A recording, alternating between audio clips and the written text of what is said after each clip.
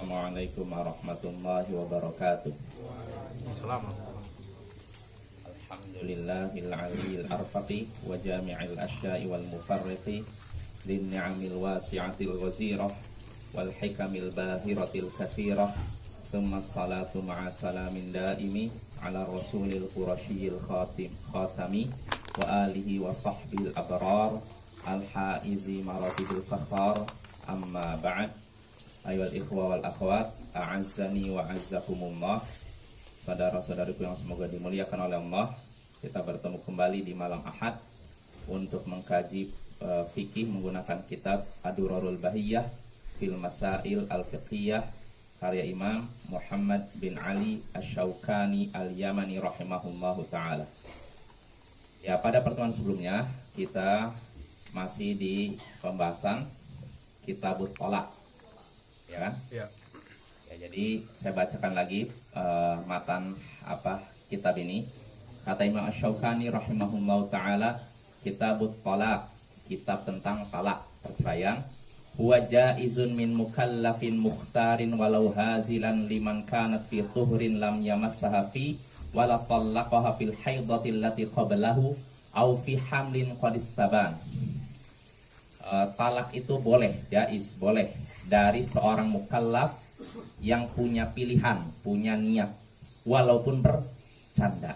Ya. Kalau hukum talak sudah kita bahas, begitu juga siapa yang bisa menjatuhkan talak. Nah, ini pada pertemuan sebelumnya sudah kita bahas. Siapa itu? Pertama, Islam. Suami, ya, suami, ya. Karena kalau misalkan seorang mentalak istri tetangga, nggak jatuh itu. Jadi suaminya sendiri, ya. Begitu juga kalau seorang mengatakan kalau nanti saya nikahi si fulana, jatuh talak pada dia, nggak jatuh juga. Ini pertama. Lalu berikutnya kalau kata Imam Syaukani mukallaf. Siapa mukallaf itu? Pertama balik, ya. Artinya kalau anak kecil menjatuhkan talak tidak sah, tidak jatuh. Begitu juga termasuk mukallaf yaitu berakal sehat, ya kan? Makanya orang gila, orang pikun dan semacamnya, talak mereka tidak sah, tidak dianggap jatuh. Dan digolongkan dengan orang gila, setengah gila dan semacamnya, yaitu orang yang mabuk, orang yang apalagi marah. Oh iya, marah yang meluap-luap sehingga seperti orang gila. Ya. Adapun kalau marah yang masih pertengahan atau marah permulaan, jatuh. Karena semua talak tentu saja biasanya terjadi ketika marah kan? Ya. Apa ada orang lagi senyum-senyum kamu saya talak? Nggak ada, ya. Ketika dalam keadaan bergejolak marah, yang satu ngomong gini, yang satu nggak mau diam, ngomong kamu saya cerai, ya kan? Iya. Gitu kan? Iya. Ya. Itu menunjukkan marah yang masih permulaan. Istilahnya marah apa istilahnya? Kalau masih marah apa kalau bahasa Indonesia? Dalam bahasa Arab kadang dibedakan itu antara ini yang muncak. Jadi kalau marah yang memuncak sehingga tidak sadar dengan apa yang diucapkan, ini tidak dianggap kalau mengucapkan gitu. Terus kalau ini, kalau masih permulaan, dianggap jatuh. Terus kalau pertengahan, gimana pertengahan? Itulah yang kemarin sempat dibahas antara saya dengan Ustaz Al-Fisham, ya. Jadi beliau dapat dari para ulama, sebagian ulama menyatakan kalau orang seperti ini kadang dia itu ngomong, jadi nggak terlalu memuncak. Jadi antara dasar dan ini memuncak, pertengahan. Jatuh nggak kira-kira?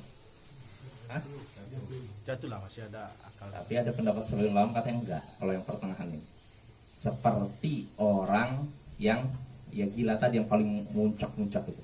Allahu a'lam. Yang jelas ini ada beda pendapat. Kalau saya sendiri meyakini jatuh. Iya, jatuh. Jatuh pertengahan. Kalau yang permulaan jatuh jelas. Ya, bisa dibilang sepakat para ulama kalau marahnya masih marah dasar istilahnya, ini jatuh. Nah, yang beda pendapat itu kalau yang di tengah. Kalau yang paling tinggi ini pendapat yang kuat tidak jatuh. Marah seperti orang gila ya. Kalau marah yang dasar ini jatuh. Sepakat para ulama. Nah, yang beda pendapat ini nih. Pertengahan ya. Pendapat yang kuat jatuh juga. Karena dia tidak seperti orang gila kan? Iya, ya kan? Masih sadar dengan apa yang diucapkan kan? Itu berakal sehat. Lalu terakhir balik berakal. Nah, terakhir mukhtar. Ini yang yang sah menjatuhkan talak, yaitu orang yang mukhtar, punya niat pilihan. Niat pilihan itu apa? untuk menceraikan? Bukan. Bukan. Pilihan untuk mengucapkan Ucapannya. kata cerai, bukan menceraikan. Ya. Karena apa? Artinya kalau ada orang yang sengaja mengucapkan kata cerai, talak, maka jatuh talak walaupun bercanda. Jadi tidak disyaratkan harus niatnya cerai, enggak. Kalau ada orang bercanda, kamu saya cerai deh, jatuh. Kamu saya talak deh, jatuh. Walaupun bercanda, apalagi serius. Kalau saya kembalikan ke orang tuamu, kamu pulang aja ke orang tuamu. Nah, itu namanya Biasanya. kiasan ya. Nanti insya Allah pada pertemuan ini pasal berikutnya kita bahas. Jadi ada talak yang sorry jelas sama talak yang kinayah berupa kiasan, sindiran. Nah ini nanti kalau yang sindiran dikembalikan kepada niat orang yang ucapkan, niatnya untuk menceraikan atau tidak. Talak sudah sah, terus rujuk kembali apa nunggu berapa hari atau berapa bulan? Nggak ada. Maksudnya talak sudah Jatuh. Nanti 1 jam lagi rujuk, nggak apa-apa. 1 menit lagi rujuk nggak masalah. Nggak apa-apa. Ah, iya. nggak nikah lagi ya? Enggak. Kecuali kalau ini, kalau talak kamu saya cerai ya, atau kamu saya talak, udah jatuh talak 1 kan. Lalu dia kan ada iddah masa menunggu. Udah 3 kali ini ternyata nggak juga suaminya rujuk kembali. Nah berarti udah lepas. Iya. Dia udah bukan istri lagi. Tapi kalau suaminya masih cinta lagi gimana? Ya nikahi lagi dengan akad nikah yang baru, mahar yang baru, wali yang baru. Walinya baru. Ya, walinya enggak yang lama ya. Ya. Kalau talak lewat telepon gimana, Ustaz? Talak lewat telepon jatuh. Jangankan lewat telepon, lewat SMS pun jatuh. Kalau suratnya itu. Lewat surat jatuh. Ya. Kamu saya cerai. Ya walaupun kan. Dapat mayoritas ulama talak dengan tulisan sama seperti talak dengan ucapan. Nah yang jadi beda pendapat yang perlu kita bahas, bagaimana status talak dengan isyarat. Mana Ustaz? Jatuh nggak? Tergantung niat aja. Tergantung niat Ya, aja. atau gimana ya, lambang misal love.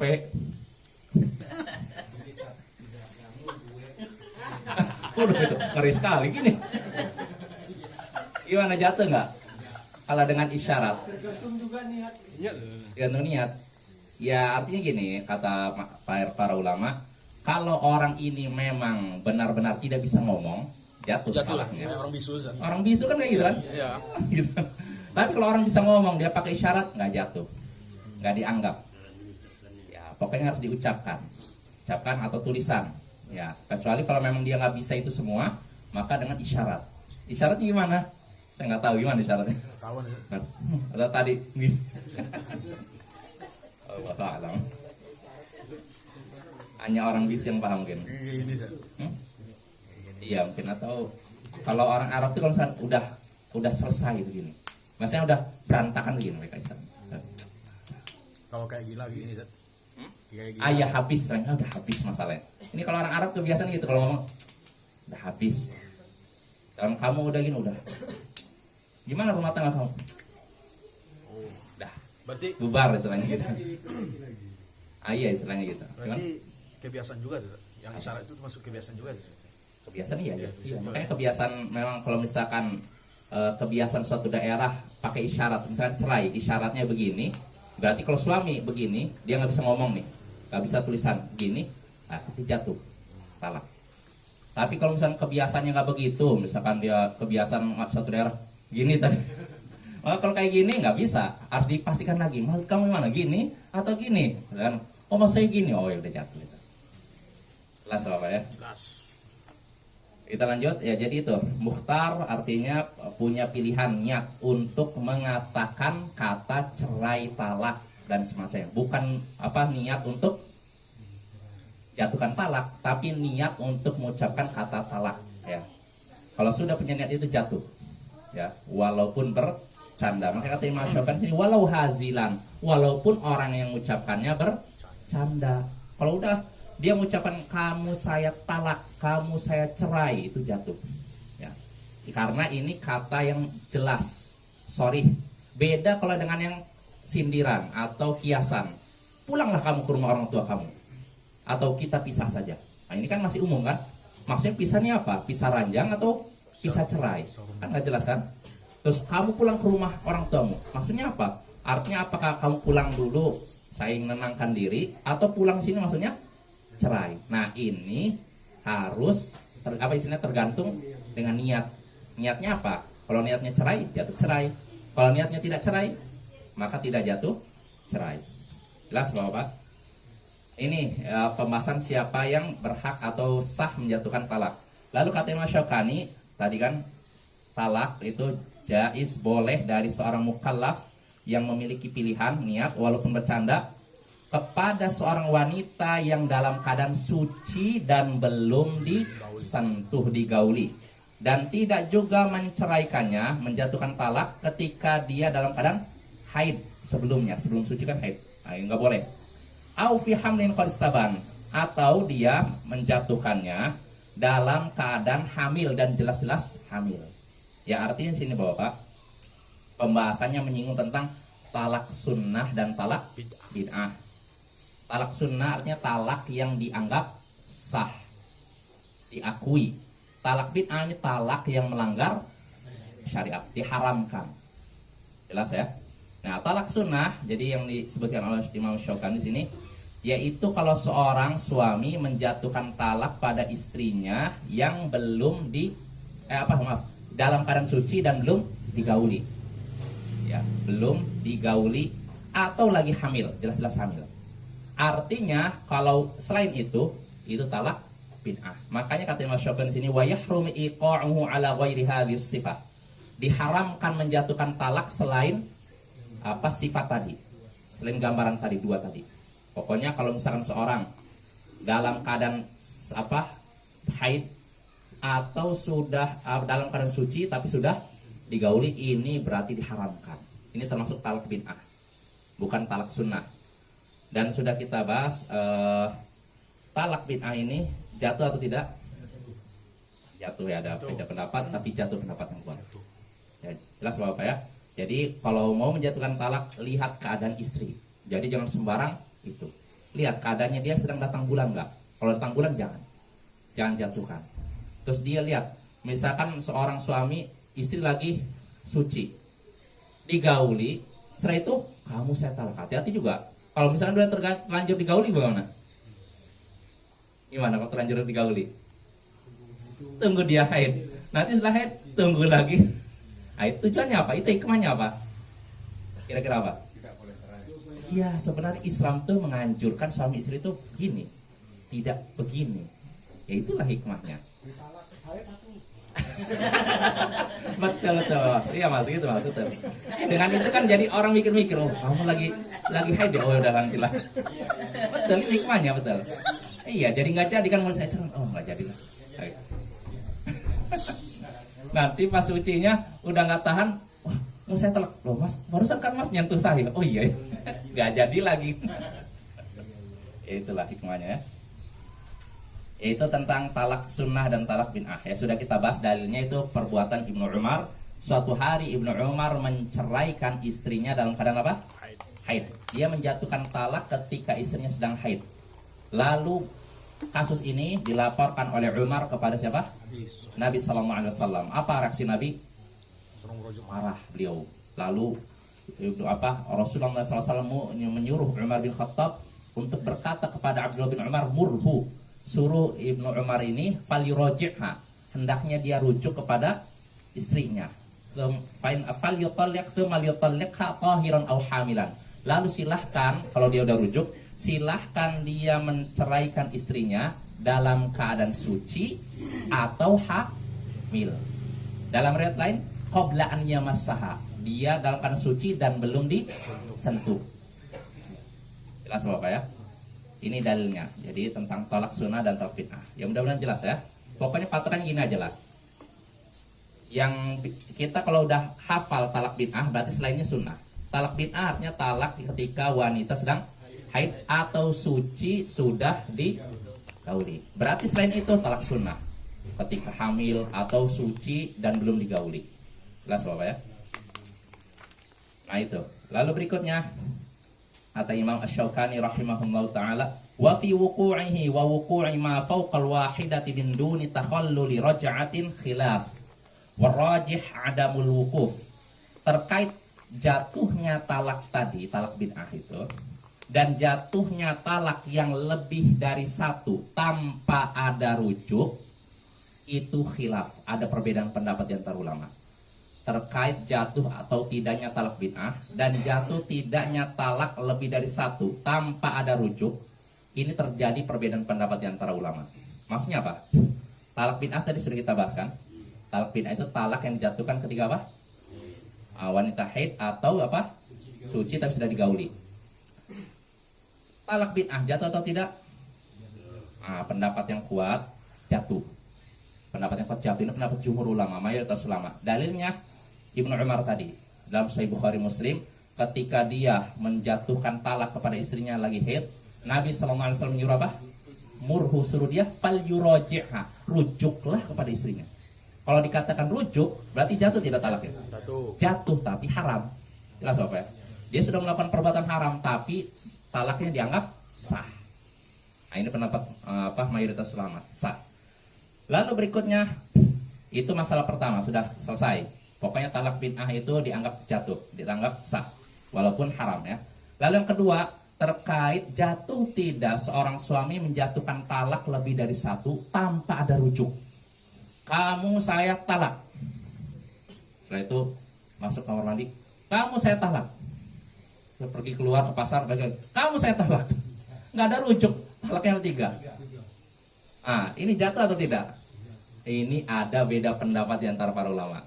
Bisa kasusnya gitu, bisa juga sekali gini. Kamu saya talak, kamu saya talak, kamu saya talak. Berapa kali? 3 kan? Itu yang membuat Syekhul Islam sepenjara. Iya, ini ada perbedaan pendapat di antara ulama, perbedaan yang sangat sengit di antara para ulama. Ya. Kalau jumhur ulama berpendapat jatuh, talaknya 3. Iya, sekali ucapkan 3. Dan kamu saya talak, jatuh 3. Tapi sebagian ulama berpendapat tidak jatuh. Ya, di antaranya yang berpendapat demikian yaitu Syekhul Islam Ibnu Taimiyah. Beliau punya pembahasan tentang itu. Dan karena beliau berpendapat talak yang diucapkan 3 kali tidak jatuh kecuali 1, gara-gara beliau mempertahankan pendapat beliau ini, beliau dipenjara. Iya, beliau mempertahankan gigih pendapat beliau ini ya. Padahal pendapat istilahnya apa ya, khilafiyah. Ya ada toleransi harusnya kan. Tapi sebagian orang tuh kadang bapak memaksakan pendapat. Yang ini nggak bagus. Kalau dalam masalah fikih, perbedaan fikih yang ada ruang ijtihad, nggak boleh kita maksakan pendapat kita kepada yang lain. Tapi ini orang-orang di zaman beliau ini luar biasa istilahnya apa ya? Jumud istilahnya apa ya? Kaku. Sangat fanatik madhab.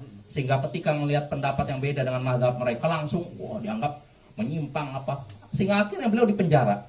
Gara-gara beliau berpendapat kalau ada suami berkata kepada istrinya, kamu saya talak, kamu saya talak, kamu saya talak, beliau berpendapat jatuh talak berapa? 1. Sedangkan orang di masa beliau berpendapat jatuh 3. Beliau mempertahankan keyakinan bahwa ini 1. Dalilnya ada di sini disebutkan.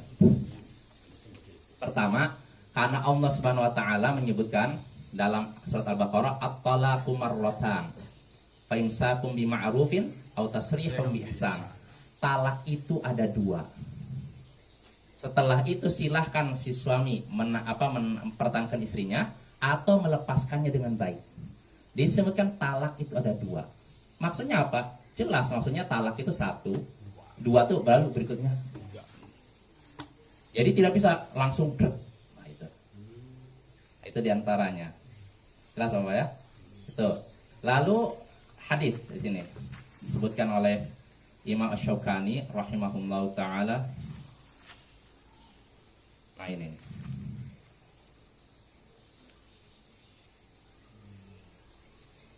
Hadis yang apa? Nah ini nih. Hadis yang dalam Sahih Muslim dari Ibnu Abbas. Ibnu Abbas menyebutkan talak di zaman Rasulullah SAW dan Abu Bakar dan awal kepemimpinan Umar. Talak 3 itu yang diucapkan langsung 3 itu dianggap 1. Lalu di zaman Umar, tatkala orang banyak bermudah-mudahan, kamu saya cerai, kamu saya cerai, kamu saya cerai. Umar kok orang ini orang bermudah-mudahan gitu. Akhirnya Umar menyatakan itu dia langsung 3. Jelas Bapak ya? Di zaman Nabi, kalau ada orang datang, kamu saya cerai, kamu saya cerai, kamu saya cerai, dianggap jatuh berapa? Satu. Begitu juga di zaman Abu Bakar. Dan di awal pemerintahan Umar, 3 kali dianggap tetap satu. Tapi ketika orang-orang sudah banyak bermudah-mudahan mengucapkan kata itu, maka Umar memutuskan itu dianggap 3. Nah, ini dalil paling kuat. Makanya kata Imam Asy-Syaukani setelah menyebutkan dalil yang lain, sebelumnya beliau menyebutkan dalil tentang ini, pendapat ini, kata beliau wa arjah minal jami', yang lebih kuat daripada hadis yang sudah disebutkan tadi, hadis Ibnu Abbas ini. Karena disebutkan dengan jelas di zaman Rasulullah, kalau ada orang ucapkan talak sampai 3 kali tanpa ada rujuk, ini dianggap berapa? 1. Di zaman Abu Bakar juga 1. Di awal pemerintahan Umar pun 1. Nah, baru berubah ketika apa? Melihat orang bermudah-mudahan. Maka Umar yang udah 3. Jelas Bapak ya? Itu jera. Apa ya? Yang tadi yang 3 itu berarti efek jera. Iya, sebenarnya gitu. Itu ijtihad Umar. Dan tentu saja ini ada ruang ijtihad Bapak ya. Tapi pendapat yang kuat, saya sesuai dengan pendapat apa? Imam Asy-Syaukani dan pendapat Syekhul Islam Ibnu Taimiyah bahwasanya itu tidak jatuh kecuali 1. Makanya kata Syekhul Islam kata Imam Syaukani sini warajih ada meluku. Pendapat yang kuat, kalau ada yang menjatuhkan sampai 3 kali itu tidak jatuh 3, tapi jatuhnya berapa? 1. Jelas Bapak? Pertanyaan mungkin nggak terjadi di zaman sekarang? Mungkin. Mungkin Ada. atau lebih dari 3 kali. Iya, kamu saya talak 1000 kali. Mungkin kan bisa jadi kan? Sampai 5 kali. Iya, saking marahnya mungkin sampai mengucapkan talak, kamu saya talak 1000 kali. Nah, tetap aja jatuhnya 1 ya. Nah ini tapi bapak-bapak sekali lagi ini ada istilahnya perbedaan pendapat antara ulama. Ada yang menyatakan jatuh 3 dan ada yang jatuh 1. Yang jelas kita toleransi. Jangan sampai kita maksakan pendapat kita kepada orang lain. Oh, yang benar, pokoknya itu jatuhnya 1. Padahal yang orang ini berpendapat jatuh 3. Ya ada pendapat. Kita saling toleransi dan nggak usah ribut hanya gara-gara masalah ini. Jelas bapak ya? Sampai orang masuk penjara gara-gara. Iya, cukup Syekhul Islam aja. Beliau itu luar biasa sabar, tabah. Pendapat beliau tuh karena gigih memegang pendapat beliau nggak peduli beliau di penjara dia apa. Kalau kita kan mikir-mikir kan, mau masuk penjara gimana nanti anak istri. Memang inilah mungkin hikmahnya kenapa Syekhul Islam Ibnu Taimiyah meninggal dalam keadaan membujang. Beliau meninggal dalam keadaan belum menikah. Karena apa? Sibuk dengan ilmu, sibuk dengan ibadah, sibuk dengan jihad. Masuk penjara tiap kali. Iya, jadi beliau bukan karena beliau nggak suka nikah, artinya nggak punya keinginan untuk mempraktekkan sunnah Rasul, tapi memang beliau itu sibuk dengan ilmu. Kalau orang udah sibuk dengan ilmu bisa jadi bapak ya, bisa jadi nggak lupa dengan itu? Mungkin aja ya. Ya itu ya. Ya kita artinya contoh Syekhul Islam bukan tidak nikahnya. Bukan. Tapi yang kita contoh itu maksudnya apa? Keteguhan beliau dalam memegang pendapat. Beliau tidak peduli pendapat beliau diselisih oleh banyak orang, enggak. Selama beliau tahu ini ada dalilnya sesuai dengan sunnah Rasul, beliau kerjakan. Enggak peduli orang membenci beliau atau enggak. Tapi saya rasa itu sebenarnya berbeda itu bukan masalah yang pokok dari agama kayak Imam Ahmad itu. Oh iya, makanya kalau menurut saya sih keterlaluan kalau orang di penjara gara-gara berpendapat talak diucapkan 3 kali secara berurutan dianggap 1. Gara-gara kayak gini masih di penjara. Berlebihan menurut saya. Gara-gara stiker masuk penjara. Iya. Ya. Bagaimana seorang suami istri difitnah oleh pihak ketiga, yang difitnah ini istrinya. Terus Disampaikan kepada suaminya, kamu begini semua orang lain itu. Tapi itu tuh fitnah kan? Betul itu. Tapi karena suaminya ini cemburunya memuncak, langsung diceraikan. Bagaimana kita? jatuh. Jatuh ya? Jatuh. Makanya sebelum itu sebelum apa menjatuhkan talak, pikir 1000 kali. Bukan 3 kali, 4 kali, 1000 kali pikirkan. Karena konsekuensinya kalau udah jatuh udah dihitung 1. Nanti kalau dia rujuk setelah itu jatuh lagi 2. Nanti kalau udah 2 udah terakhir ini. Nah, kalau udah ketiga udah lepas. Dan mau balik lagi sulit, harus nikah dulu sama pria lain. Oleh suaminya, kasih kau talak 7 katanya. Ya itu udah jatuhnya 1. Ya. Berarti cara tiga itu pentalak, jeda rujuk, Ah, talak lagi, jeda rujuk, ah, talak lagi, jeda Baru, rujuk. iya, iya, iya seperti itu. 3 kali rujuk, 2 kali rujuk kan, 3 kali rujuk. 1 kan rujuk, 2 rujuk. Nah setelah itu udah terakhir 3 tuh, Habis lagi. habis lah itu. Ya makanya ini masalah tadi itu memang banyak Bapak ya. Jadi banyak perlu kita hati-hati. Jadi kalau bisa kita itu sama orang terdekat lebih percaya dibandingkan orang jauh. Jangan sampai kita lebih percaya kepada orang luar dibandingkan orang yang satu rumah dengan kita. Hati-hati. Ada sebuah pertanyaan yang diajukan kepada Lajnah Daimah, apa Hai hai. MUI-nya Arab Saudi istilahnya lah, MUI-nya Arab Saudi. Komite Tetap Urusan Riset dan Fatwa Kerajaan Arab Saudi. Pertanyaannya apa? Jadi seorang penanya di Arab Saudi, seorang laki-laki nanya kepada Lajnah Daimah, MUI-nya Saudi. Saya mendengar dapat kabar dari pembantu dia, orang Indonesia. Sayangnya Indonesia sebutnya. Jadi pembantu saya orang Indonesia ini ngabarkan bahwa istri saya ketika saya sedang pergi keluar membawa pria lain ke dalam rumah. Akhirnya saya pun kaget. Saya konfirmasikan dengan istri saya bersumpah tidak, demi Allah, saya nggak pernah melakukan itu. Nah, jadi masalah kan Bapak ya? Ini si pembantunya kan tinggal di rumah kan, dia ngabarkan istrinya bawa laki-laki lain ke rumah. Tapi ketika ditanyakan kepada istrinya, dia bersumpah demi Allah, saya tidak melakukan itu. Dia sampai bersumpah demi Allah tidak melakukan itu. Gimana ini? Akhirnya dapat penjelasan fatwa dari Lajnah Daimah, katanya jangan percaya pembantu kamu. Karena hukum asalnya seorang wanita terjaga sampai jelas-jelas memang melakukan itu. Jangan. Maka jangan sampai kita lebih percaya pembantu dibandingkan gimana? Kecuali kalau memang istri ini memang terbukti pernah melakukan itu. Pernah melakukan itu, lalu satu saat pembantu ngabarkan, nah baru nggak apa-apa kita suudzon. Ini ada apa ini? Benar bisa jadi. Ya nggak apa-apa. Tapi kalau istri kita selama ini dia seorang yang menjaga kehormatan, selalu menjaga ibadah dan tidak pernah artinya nakal dengan laki-laki lain, jangan sampai kita berasangka buruk, jangan dia bawa laki-laki lain ke rumah. Hati-hati. Atau bisa jadi pembantu itu ada maunya juga sama. Betul, bisa jadi. Jangan dia pengen ngerebut majikannya itu, makanya harus waspada ya. Majikannya itu kaya mungkin. Ah itu cerdik, harus cerdik. Ini saya juga, ini terkait masalah ini juga, hati-hati nih. Ini pembantu. Nah kalau di zaman dahulu ada disebutkan kabar dari ulama budak perempuan.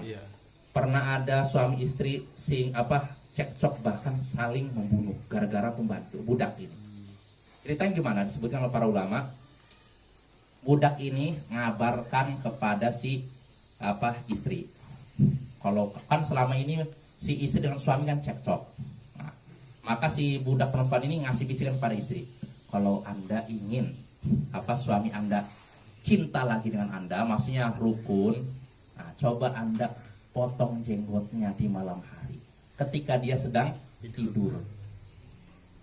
Itu ya. Nah, istrinya juga blow on juga, gitu ya. Akhirnya dia udah mempersiapkan pisau untuk ini kan ketika lagi tidur. Nah setelah itu apa yang dilakukan si budak perempuan ini? Dia mendatangi si suami. Nanti malam istri kamu akan membunuh kamu. Lihat tuh bagaimana merusak orang ini. Akhirnya benar-benar terjadi. Ketika itu si perempuan, ketika suami udah tidur, dia ngambil pisau untuk apa? Cukur ini, bukan gorok. Nah, tapi si suami udah waspada. Ketika dekatin istrinya udah mendekati dia, langsung tangkap, langsung ditusuk, mati. Nah setelah itu keluarga istrinya menuntut kisos, akhirnya dikisos, kedua-duanya mati, sia-sia. Nah, itu ulah siapa? Ganti. Nah itu makanya jangan sampai kita percaya orang fasik ya. Kita makan fitnah kalau kita. Yaitu budak perempuan, begitu juga pembantu ya. Kecuali sekali lagi kalau memang status orang terdekat dengan kita memang orangnya fasik, sedangkan pembantu ini terkenal soleh, nah ini lain lagi masalahnya. Tapi kalau dua-duanya misalkan yang satu istri kita tidak punya masalah dan budak ini nggak dikenal, tetap pokoknya hukum asalnya kita husnudzon sama istri. Nggak boleh kita punya prasangka dia bawa laki-laki lain atau serong dan semacamnya, nggak boleh. Iya. Nah dan juga ini bapak-bapak nih, Ini nasihat para ulama juga. Istri juga, ini sering terjadi pada istri. Kadang mudah curiga sama suami. Ini betul, serius. Sehingga kadang ngecek WA-nya. Siapa kira-kira? Iya betul. Iya, kadang terlambat sedikit udah prasangka, kamu dari mana begini? Nggak boleh begitu. Kalau memang suaminya terkenal sebagai orang yang nggak punya masalah, husnudzon sama suami. Misalnya terlambat pulang kerja, mungkin macet di jalan kan? Atau mungkin dia rapat betul, atau mungkin lembur, ya kan? Nah, jangan berprasangka buruk, dia jangan punya pasangan yang lain. Will istilahnya apa? Istilahnya apa? Will ya, wanita idaman lain. Atau punya istri dua. Ya, ya pokoknya husnudzon ya. Jangan kita mudah berprasangka buruk sama orang terdekat dengan kita. Jelas Bapak? Kita lanjut. Itu pembahasan tentang awal pembahasan tolak. Lalu berikutnya, nah ini pasal yang baru. Kata Imam Asy-Syaukani rahimahullahu taala, faslun. Pasal baru. Wa yaqa'u bil kinayati ma'an niyati wa bit takhyir idza taratil furqah. Nah, kata Imam Asy-Syaukani, saya baca sebelum semuanya, wa idza ja'alahu zawju ila ghairihi waqa'a minhu wa la yaqa'u bit tahrim war rajulu ahaqqu bi imra'ati fi 'iddati talaqiha yuraji'uha mata syaa idza kana talaqu raj'iyan wa la tahillu lahu ba'da thalathi hatta tankiha zawjan ghairahu. Nah, kata Imam Asy-Syaukani, wa yaqa'u bil kinayati ma'an niyyah wa bit takhyir idza ikhtaratil furqah. Talak itu jatuh dengan kata-kata kiasan disertai niat. Nah, ini. Jadi tadi yang kita bahas tadi kan, kalau misalnya seorang berkata kepada istrinya, "Kamu pulang saja ke rumah orang tuamu." Ini kan maknanya bisa cerai, bisa tidak kan? Nah, maka ini dikembalikan kepada niat. Niat si suami apa? Apakah sekedar nyuruh istri pulang kampung, atau apa suami ini maksudnya menceraikannya? Jelas Bapak ya? Ya, kalau dengan kata-kata yang jelas, sepakat para ulama jatuh. Mau serius maupun bercanda jatuh. Kamu saya cerai. Jatuh kan? Sambil bercanda, kamu saya cerai. Jatuh nggak? Jatuh. Iya, ini kan? Ini kalau kata-katanya jelas, cerai, talak dan semacamnya. Tapi kalau kata-katanya kiasan, ya seperti tadi, kamu pulang saja ke rumah orang tuamu. Lebih baik kita pisah. Saya sudah tidak tahan dengan kamu. Wah, tidak tahan ini maksudnya apa? Tidak tahan apa? Tidak tahan apa ngoroknya kamu atau gimana? Kan mungkin kan? Nah, ini harus dikembalikan kepada niat orang yang mengucapkan. Jelas ya? Nah, ini penting nih. Berarti Ustaz, kalau kata-kata yang jelas, walaupun jangan niat, dihitung talak gitu. Kalau yang jelas, oh iya. Kalau yang jelas kata cerai, talak dan semacamnya itu jatuh. Mau serius bercanda jatuh.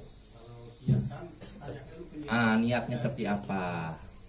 Niatnya, ya niatnya. Pokoknya niatnya si suami apa? Kamu maksudnya apa? Maksudnya kamu ingin menceraikan dia atau tidak? Oh iya, saya maksudnya cerai. Sudah jatuh. Satu. Tapi kalau niatnya sekedar meluapkan emosi lalu ingin menyingkir si istri dari pandangannya, nah ini enggak jatuh. Jelas Bapak ya? Ini masalah ini penting nih. Lalu berikutnya kata Imam Asy-Syaukani, ya mungkin ada yang bertanya, Imam Asy-Syaukani menyatakan kalau talaknya kalau misalkan seorang mengucapkan kata kiasan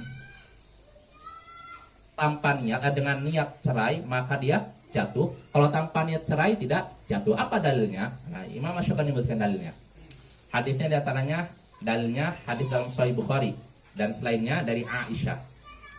Nabi SAW suatu hari menikahi Ibnatul Jaun, seorang wanita di suatu kabilah. Jadi ketika Rasulullah SAW, ketika dia menemui Rasulullah, masuk malam pertama kan gitu kan, setelah nikah akan bertemu. Nah ketika Rasul sudah mendekati dia, tiba-tiba si Ibnatul Jaun ini, wanita ini berkata, A'udzubillahi minka, aku berlindung kepada Allah darimu. Rupanya dia dapat bisikan dari Aisyah, kalau kamu ingin dicintai oleh Rasulullah, katakanlah aku berlindung pada Allah darimu. Karena wanita itu cantik. Makarnya wanita minum. Iya, makanya kalau ditanya makar siapa yang paling besar, kata makarnya kaum wanita. Karena Allah sebutkan dalam surat Yusuf, inna kaidakunna azim. Sesungguhnya tipu daya kalian, makar kalian itu sangat besar. Ya kan? Sedangkan ketika nyinggung setan, apa menyebutkan dhaif, apa ayatnya? Wa kana apa? Dha'ifa. Inna kaida syaitani kana dha'ifa. Sesungguhnya makar setan itu lemah. Sedangkan makar wanita tadi apa? Surah Yusuf. Sirik saya. Ya jadi gitu Bapak. Jadi si wanita ini dibisiki oleh salah seorang istri Nabi, kalau kamu ingin cintai Rasulullah, bilang nanti ketika Rasulullah mendekat, aku berlindung pada Allah darimu. Oh gitu. Akhirnya ketika Rasulullah mendekat, langsung aku berlindung pada Allah darimu. Rasulullah kaget, hah? Berlindung pada Allah dariku. Akhirnya Rasulullah pun berkata, laqad udti bi'azim. Sungguh engkau sudah berlindung kepada zat yang maha agung. Itu apa? Allah. Ilhaqi bi ahliki. Kembalilah kamu kepada keluargamu. Maksudnya apa?